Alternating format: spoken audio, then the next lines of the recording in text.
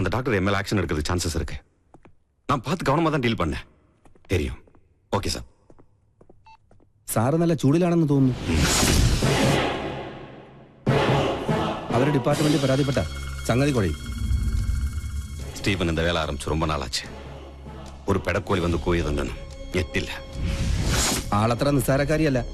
Service ചെയ്ത സ്ഥലങ്ങളിലൊക്കെ ഭയങ്കര സ്ട്രിക്റ്റ് ആണെന്നാ കേൾവി. ഇതോട് പെരിയ താപ്പാണങ്ങളോട് കൊമ്പ് കോർത്തവനായി സ്റ്റീഫൻ. പിന്നല്ലേ ഈ പീര പിടിയാണ്. കൊമ്പ് കോർക്കുകയല്ല, പ്രശ്നം ഒതുക്കി തീർക്കാൻ ഇനി നോക്കേണ്ടത്. കാര്യത്തിന്റെ ഗൗരവം സ്റ്റീഫൻജിക്ക് അറിയാലോ. ഇതിന്റെ പേരിൽ നിയമ നടപടി ഉണ്ടായാൽ തൂങ്ങുന്നത് സ്റ്റീഫൻജി മാത്രമായിരിക്കും. ഇപ്പൊ ഈ ഫോണിൽ വിളിച്ച സാബ് പോലും ഉണ്ടാവില്ല. ആ ഡോക്ടർ ലീഗലായി മൂവ് ചെയ്യുന്നതിന് മുമ്പ് എങ്ങനെയെങ്കിലും അവരെ ഒന്ന് സ്വാധീനിക്കാൻ നോക്ക്.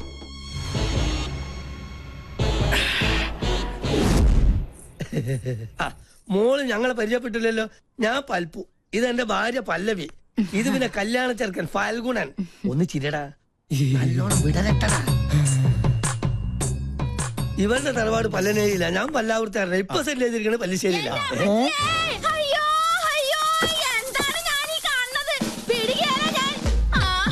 എന്താ അറിയില്ല. ആരാ? എന്താപ്പത്? പങ്കൻ ഓറാക്കൂ. എന്നാ പങ്കന്റെ എല്ലാം ഒടിഞ്ഞത് തന്നെ. കല്യാണം മുടക്കണ കേസാണേ. നിങ്ങൾ ആരാന്നാ ചോദിച്ചത്? ഈ കൊച്ചിനെ അച്ഛനോട് ചോദിക്കും. എന്താ പറഞ്ഞേ? മോനെ എന്തേ കേക്കണേ? സത്യമായിട്ട് എനിക്കൊരു അറിയില്ലമ്മേ. അറിയില്ലല്ലേ? പള്ളിപ്പുറം പള്ളിയിലെ പെരുന്നാളിന് കച്ചവടത്തിന് വന്നത് ഓർക്കണുണ്ടാ നിങ്ങള്? അന്ന് എന്താ നിങ്ങൾ എന്നോട് പറഞ്ഞത്? ഈ മിഴികൾ എത്ര മനോഹരം. അന്ന് തന്ന ചെറിയ ഡെപ്പോസിറ്റാ പലിശ അടക്കം വളർന്ന് ഇപ്പൊ ഈ പരുവത്തിലായത്. എന്തൊക്കെയാ നിങ്ങൾ ഈ പറയണേ? ഈ കൊച്ചിന്റെ അച്ഛനെ ആരാണെന്ന് തെളിയിക്കണ DNA സർട്ടിഫിക്കറ്റ് ഇട്ടാണ് ഞാൻ വന്നേക്കണത്. നോക്ക്. അപ്പൊ അഭിലേഷനുണ്ടോ? ഉണ്ടല്ലോ മിസ്റ്റർ അച്ഛൻ. കൂടുതൽ തെളിവിന് ഞങ്ങളുടെ കൊച്ചിന്റെ കുണ്ട പോലെ നിക്കണ ഈ പല്ല് തന്നെ ധാരാളാണ്. അല്ല, ഇതെന്താ പകർച്ചവ്യാധിയോ? ഏതായാലും എന്നെ പൈതൃകം തെളിയിച്ചു. മോളെ മുത്തച്ഛനടുത്ത് ഇറങ്ങട ഇവിടുന്നു. ഒരു പല്ലം ഫാമിലി വന്നിരിക്കുന്നു. അല്ല, ഞങ്ങൾ കൂടുതലൊന്നും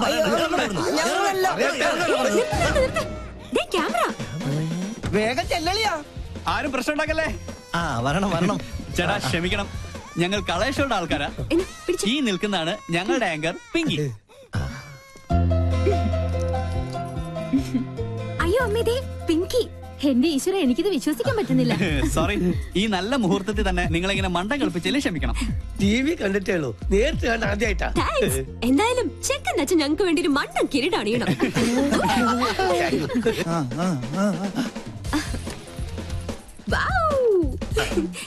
ഇതും കൂടി. ഓക്കെ, ഇനി എല്ലാവരും ക്യാമറയ്ക്ക് വേണ്ടി ഒന്ന് പോസ് ചെയ്തേ. ഞങ്ങളോട് സഹകരിച്ച എല്ലാ കുട്ടികൾക്കും ഞങ്ങളുടെ വക ഒരു സ്പെഷ്യൽ സമ്മാനം ഉണ്ട്. പിടിച്ചേ. Okay, bye bye. എടാ രാഹുലേ,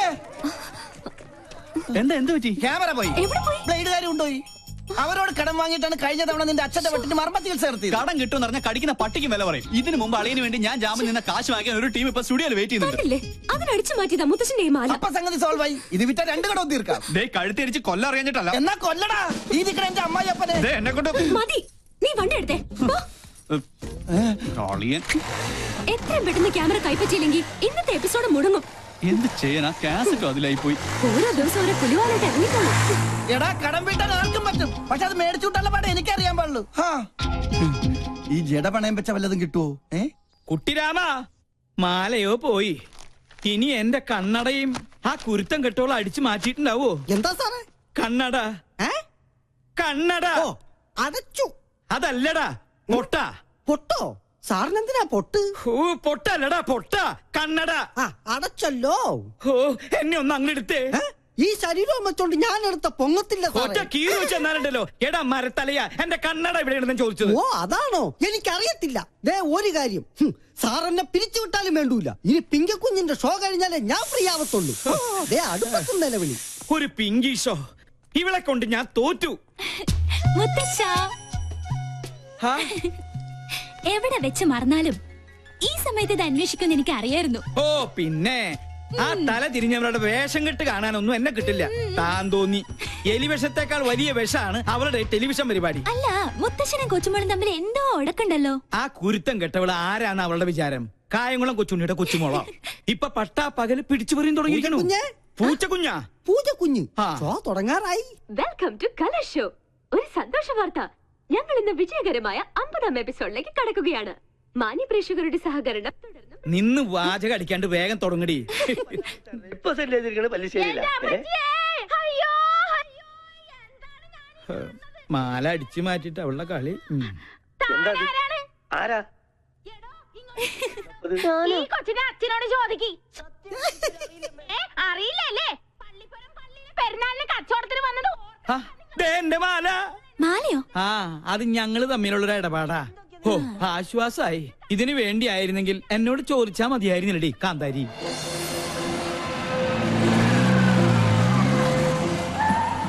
കുന്തപോലെ നിക്കണ ഈ പല്ല് തന്നെ ധാരാളം.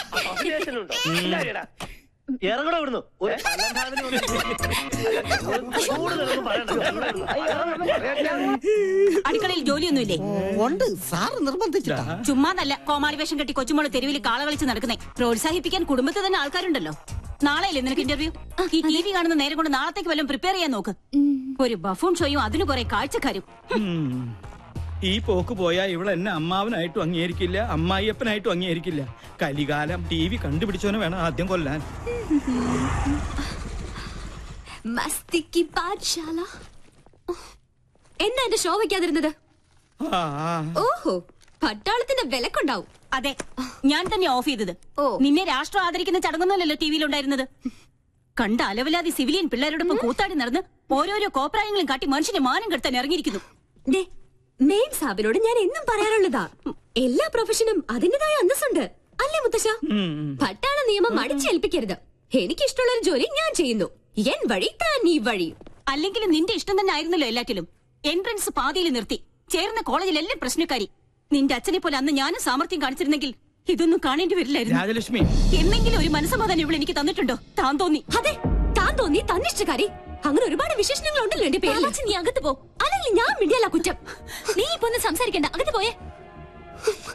രണ്ടെണ്ണത്തിൽ ഒന്ന് ഇങ്ങനെ എന്ത് ചെയ്യാനാ? അതിന്റെ സമയം അത്രയ്ക്ക് മോശ.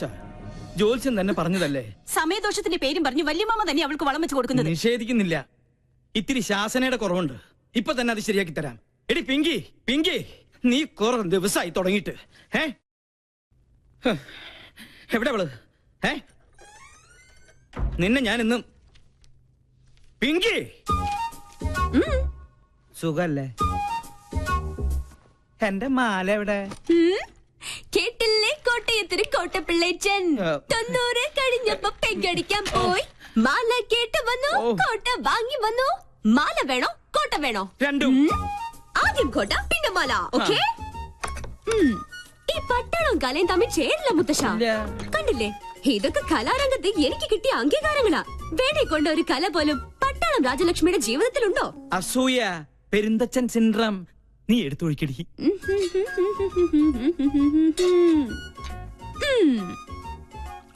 കപ്പ് നിറഞ്ഞില്ലേട്ടാ.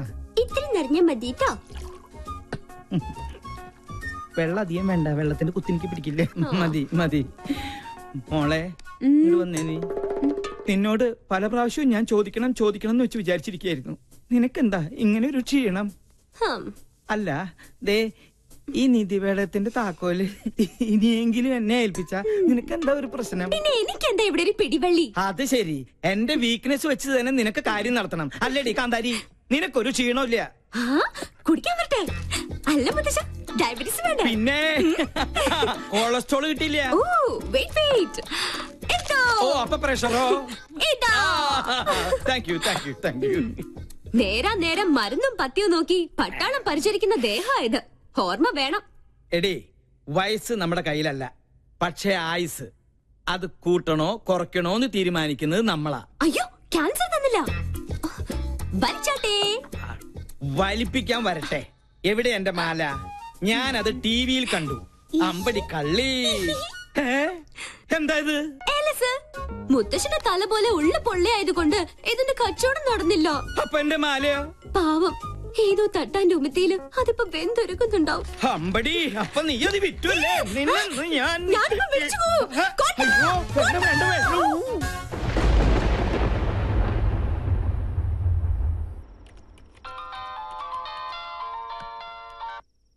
ഹലോ.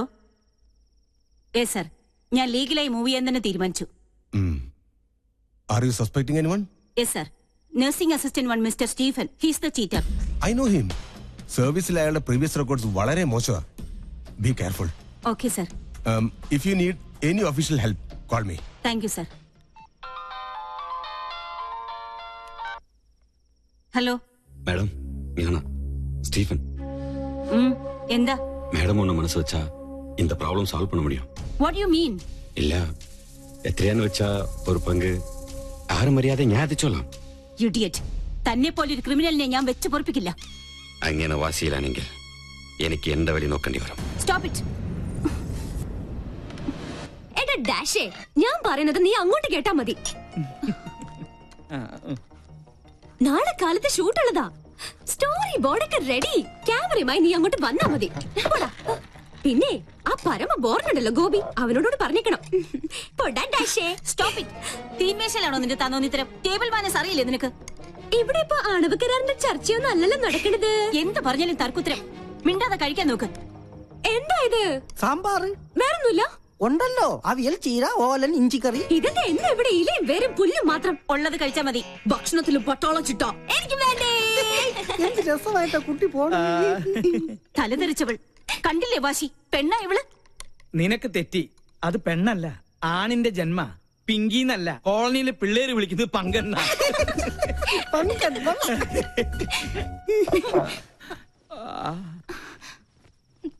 മോള് കഴിക്ക്. ഇതിവിടെ പുത്തിരിയൊന്നും അല്ലല്ലോ. അസുരഗണം, ദേവഗണം. തീന്മേശയിലല്ല, ശ്വാസം പോയി മരണപ്പായിൽ കിടത്തിയാൽ പോലും ഇവര് തമ്മിൽ ചേരില്ല. എനിക്ക് മതി. എന്നാ പിന്നെ എനിക്കും മതി. അതാ നല്ലത്. അല്ലെങ്കിൽ വേണ്ട. സ്വന്തം മാല നഷ്ടപ്പെട്ടവനാ ഞാൻ. അതിന്റെ ക്ഷീണം എനിക്കുണ്ട്. അത്താഴപ്പട്ടിണി കിടക്കേണ്ട ഒരു കാര്യമില്ല. കുട്ടിരാമ, നീ ഇത്തിരി പച്ചമോരും എടുത്തേ. പച്ചമോര് നീലമോരും ഒന്നും ഇവിടെ ഇല്ല. വേണമെങ്കിൽ ഇത്തിരി വെളുത്ത മോര് തരാം. മാല നഷ്ടപ്പെട്ടവനാ ഞാൻ. നീ എന്നെ കൊണ്ട് നിന്റെ കുടൽമാല എടുപ്പിക്കുന്നത്. എടുക്കടാ.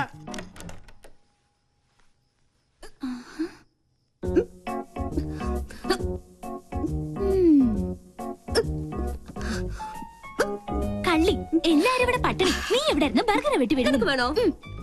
ഇത് വാങ്ങിയോണ്ട് ചുമ്മാ നമ്പർ ഇട്ടല്ലേ. ആ, അതുകൊണ്ട് അമ്മ പട്ടിണിയായി. കിടക്കട്ടെ പട്ടാളൊന്നും പട്ടിണി. എന്തെങ്കിലും ഒരു നല്ല വാക്ക് അമ്മേനോട് പറഞ്ഞിട്ടുണ്ടോ? എല്ലാത്തിനും ഒരു കുറ്റപ്പെടുത്തലോ. നിന്നോടുള്ള സ്നേഹം കൊണ്ടല്ലേ അമ്മ ഇങ്ങനെ വഴക്കിടുന്നേ? പിന്നെ സ്നേഹം നിനക്ക് തോന്നുന്നതാ. സത്യം പറഞ്ഞ എന്റെ കാര്യത്തിൽ അമ്മയ്ക്കിപ്പോ വല്ലാത്ത വേവലാതി. കാലത്താ പട്ടാമ്പിക്കാരെ വിളിച്ചിരുന്നു. എന്റെ ജാതകം ചേരില്ല അത്രേ. നശിച്ചൊരു ചൊവ്വാദോഷം. ഒരു ചൊവ്വയും ബുധനും. അതാ ഞാൻ പറഞ്ഞത്, നമ്മളായിട്ട് ഒരു അടിപൊളി ചെക്കനെ കണ്ടെത്തിയാ ഈ നൂലാമാലകൾ ഒന്നും ഉണ്ടാവില്ലാന്ന്. ഒന്ന് പോടി. അമ്മ മൊത്തം ടെൻഷനിലാ. ഹോസ്പിറ്റലിൽ എന്തൊക്കെയോ പ്രോബ്ലംസ് ഉണ്ടത്ര. നീ ചെന്ന് അമ്മയെ ഒന്ന് സമാധാനിപ്പിച്ചു. ഞാൻ അത്രയ്ക്ക് അങ്ങ് താഴ്ന്നു കൊടുക്കണോ? നമ്മുടെ അമ്മയുടെ മുമ്പിലല്ലേ. നീ വാ, നീ വാ.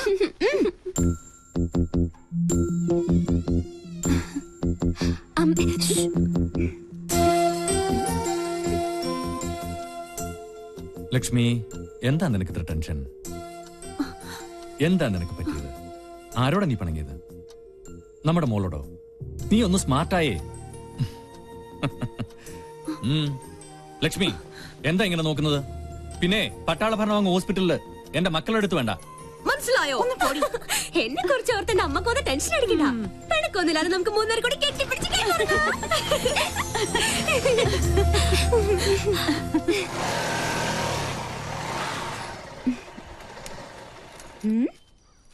എന്തിനാ എവിടെ നിർത്തിയത്? ഒരു മൂടിന് വേണ്ടി. കേട്ടില്ലേ പക്ഷികളുടെ കളകളാരവം? അത് പട്ടി കുറിച്ചതാ. ആണല്ലേ?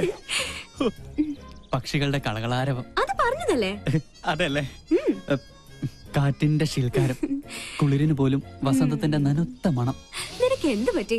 വല്ല ജീവറ്റും പാടാനുള്ള ഉദ്ദേശമുണ്ടോ? അത് എന്താ ഇത്? എന്റെ ബയോഡേറ്റയാ. ബയോഡേറ്റയോ?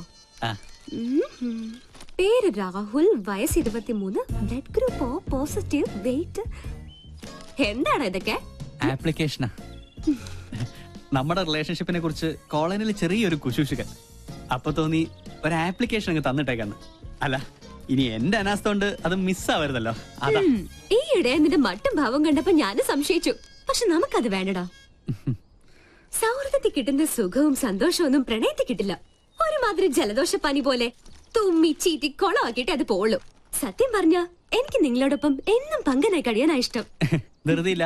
പങ്കൻ എന്നെങ്കിലും പിങ്കി ആവണമെന്ന് തോന്നിയാ ഇത് പരിഗണിക്കണം. പങ്കൻ പിങ്കി ആയാലല്ലേ? അതെ, ഒരപേക്ഷയുണ്ട്. ഈ ഉടമ്പടിയുടെ കാര്യം മറ്റാരെ അറിയിക്കരുത്. ചമ്മല